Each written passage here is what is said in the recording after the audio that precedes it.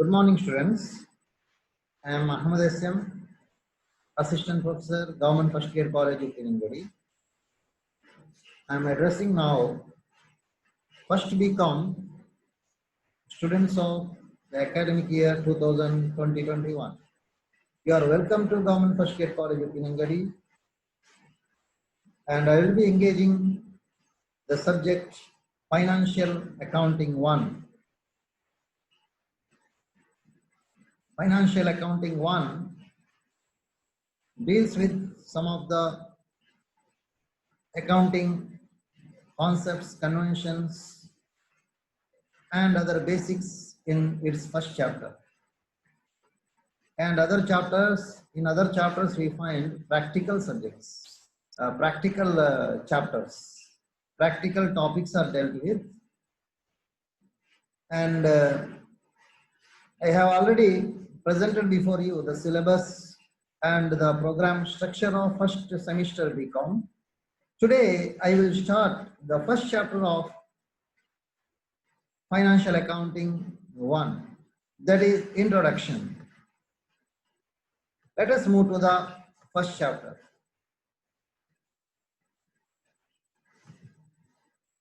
First chapter is Introduction. In this introductory chapter, the first topic is Accounting Principles. Let us discuss about the meaning and different types of accounting principles. Accounting principles ಏನು ಅದರ ವಿವಿಧ ವಿಧಗಳು ಯಾವುದು ಎಂಬುದನ್ನು ನೋಡೋಣ. See, accounting principles are guidelines to establish standards for sound accounting practices and procedures in reporting the financial status and periodic performance of a business. ಅಂದ್ರೆ business ನ financial performance ಏನಿದೆ, ಫೈನಾನ್ಷಿಯಲ್ ಸ್ಟೇಟಸ್ ಏನಿದೆ, ಪೀರಿಯಾಡಿಕಲ್ ಪರ್ಫಾರ್ಮೆನ್ಸ್ ಏನಿದೆ ಅದನ್ನ report ಮಾಡಬೇಕಾಗುತ್ತೆ. ಆ report ಮಾಡಬೇಕಾದ್ರೆ accounting ಅನ್ನ ಬರಿಬೇಕು, ಟ್ರಾನ್ಸಾಕ್ಷನ್ಸ್ ಅನ್ನ ರೆಕಾರ್ಡ್ ಮಾಡಬೇಕು ಅಲ್ವಾ.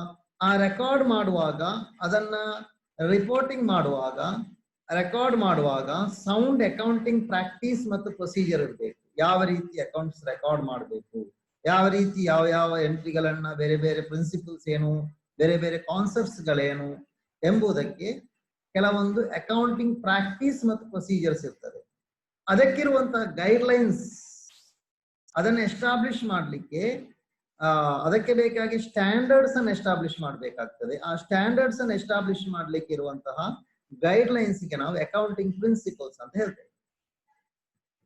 ಸೊ ನಾವು let us discuss classification of accounting principles. Accounting principles can be broadly classified into two categories. First one is accounting principles, accounting concepts, and the second one is accounting conventions. What is this accounting concepts? Accounting concepts andre enu? Accounting concepts may be considered as postulates, andre basic assumptions and conditions. ಕೆಲವೊಂದು ಊಹೆಗಳು ಮತ್ತು ಕೆಲವೊಂದು conditions ಗಳಿರ್ತವೆ, upon which the science of accounting is based.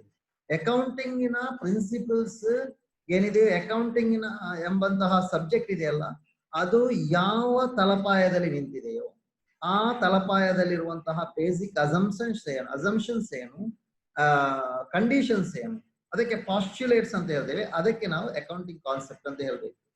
ಆದ್ರೆ ಇಲ್ಲಿ ನಾವು ತಿಳಿಬೇಕಾದದ್ದು, there is no authoritative list of these concepts. ಒಂದು ಅಧಿಕೃತವಾಗಿ ಇವಿಷ್ಟೇ ಲಿಸ್ಟ್ಗಳು, ಇವಿಷ್ಟು ಮಾತ್ರ ಕಾನ್ಸೆಪ್ಟ್ಗಳು ಎಂಬ ಒಂದು ಲಿಸ್ಟ್ ಅಥಾರಿಟೇಟಿವ್ ಆಗಿಲ್ಲ. But most of the concepts have fairly general support. ಆದ್ರೆ ಸಾಮಾನ್ಯವಾಗಿ ನಾವು ಅಕೌಂಟಿಂಗ್ ನ ಬಗ್ಗೆ ತಿಳಿದಿರುವಂತಹ ತಜ್ಞರು ಕೊಟ್ಟಂತಹ ಲಿಸ್ಟ್ ಇದೆಯಲ್ಲ, ಅದನ್ನ ಎಲ್ಲರೂ ಅಕ್ಸೆಪ್ಟ್ ಮಾಡ್ತಾರೆ, ಜನರಲ್ ಅಕ್ಸೆಪ್ಟೆನ್ಸ್ ಇದೆ. ಇನ್ನು second one is accounting conventions. What is this accounting convention? Accounting conventions are the customs or practices. ಅದೊಂದು ಕಸ್ಟಮ್ ಅಥವಾ ಪ್ರಾಕ್ಟೀಸ್, ಒಂದು ಸಂಪ್ರದಾಯ ಇದ್ದ ಹಾಗೆ, which have been in force for a long period. ತುಂಬಾ ದೀರ್ಘ ಕಾಲದಿಂದ ಅಕೌಂಟಿಂಗ್ ಎಲ್ಲದು ಪ್ರಾಕ್ಟೀಸ್ ಅಲ್ಲಿದೆ. And which guide the accountants while preparing the financial statement. ನಾವು ಫೈನಾನ್ಷಿಯಲ್ ಸ್ಟೇಟ್ಮೆಂಟ್ ಅಂದ್ರೆ ಪ್ರಾಫಿಟ್ ಅಂಡ್ ಲಾಸ್ ಅಕೌಂಟ್ ಮತ್ತು ಬ್ಯಾಲೆನ್ಸ್ ಶೀಟ್ ಅನ್ನ ಪ್ರಿಪೇರ್ ಮಾಡೋ ಸಂದರ್ಭದಲ್ಲಿ ಅಕೌಂಟೆಂಟ್ಗೆ ಅದು ಮಾರ್ಗದರ್ಶನ ಇರುತ್ತದೆ. ಅದು ತುಂಬಾ ಕಾಲದಿಂದ ಅಕೌಂಟಿಂಗ್ ಫೀಲ್ಡ್ ಅಲ್ಲಿ ಚಾಲ್ತಿಯಲ್ಲಿರುವಂತಹ ಕೆಲವೊಂದು ಕಸ್ಟಮ್ಸ್, ಕೆಲವೊಂದು ಪ್ರಾಕ್ಟೀಸಸ್ ಅಷ್ಟೇ. ಇನ್ನು ನೋಡಿ, concepts and conventions are often change often used interchangeably. ಅದನ್ನು ಅದಲು ಬದಲು ಮಾಡಿ ಕೆಲವು ಕಡೆ ಕನ್ಫ್ಯೂಸ್ ಮಾಡೋದನ್ನು ಕಾಣಬಹುದು. ಆದ್ರೆ ನಾವು ಅದರ ಡಿಫರೆನ್ಸ್ ಅನ್ನ ತಿಳಿಬೇಕಾಗ್ತದೆ.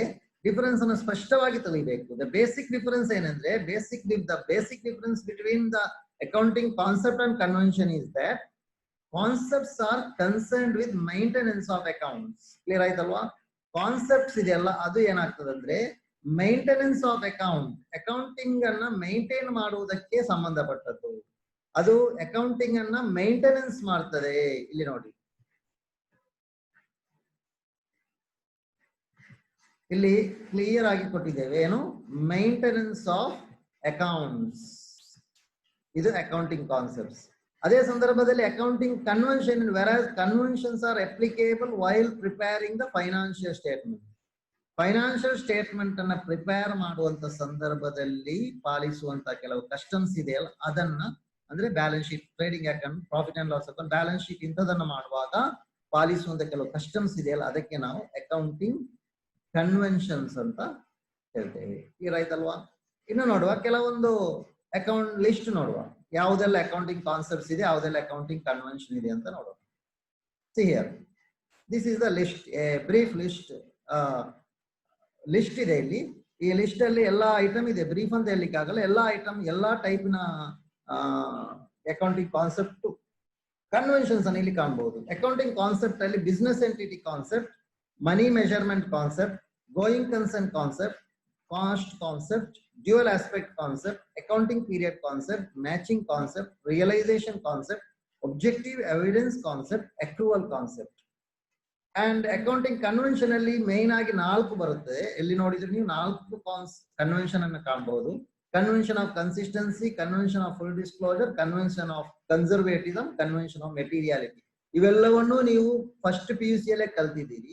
ಇಲ್ಲಿ ಇದರಲ್ಲಿರುವಂತಹ ಕೆಲವು ಇಂಪಾರ್ಟೆಂಟ್ ಆದಂತಹ ಕೆಲವು ಕಾನ್ಸೆಪ್ಟ್ ಮತ್ತು ಕನ್ವೆನ್ಷನ್ಸ್ ಅನ್ನ ಅಥವಾ ಅಕೌಂಟಿಂಗ್ ಪ್ರಿನ್ಸಿಪಲ್ ಗಳನ್ನ ನಾವು ಡಿಟೇಲ್ಡ್ ಆಗಿ ಕಲಿಯಲಿಕ್ಕಿದೆ. ನೆಕ್ಸ್ಟ್ ಕ್ಲಾಸ್ ಅಲ್ಲಿ ನಾವು ಅದರ ಬಗ್ಗೆ ತಿಳಿಯಬಹುದು. Okay, hope you have all understood this, and if you have any doubts in this one, you can call me, you can WhatsApp, or you can clarify your doubts, and we will continue our chapters like this one by one through the video and YouTube channel. Okay, thank you.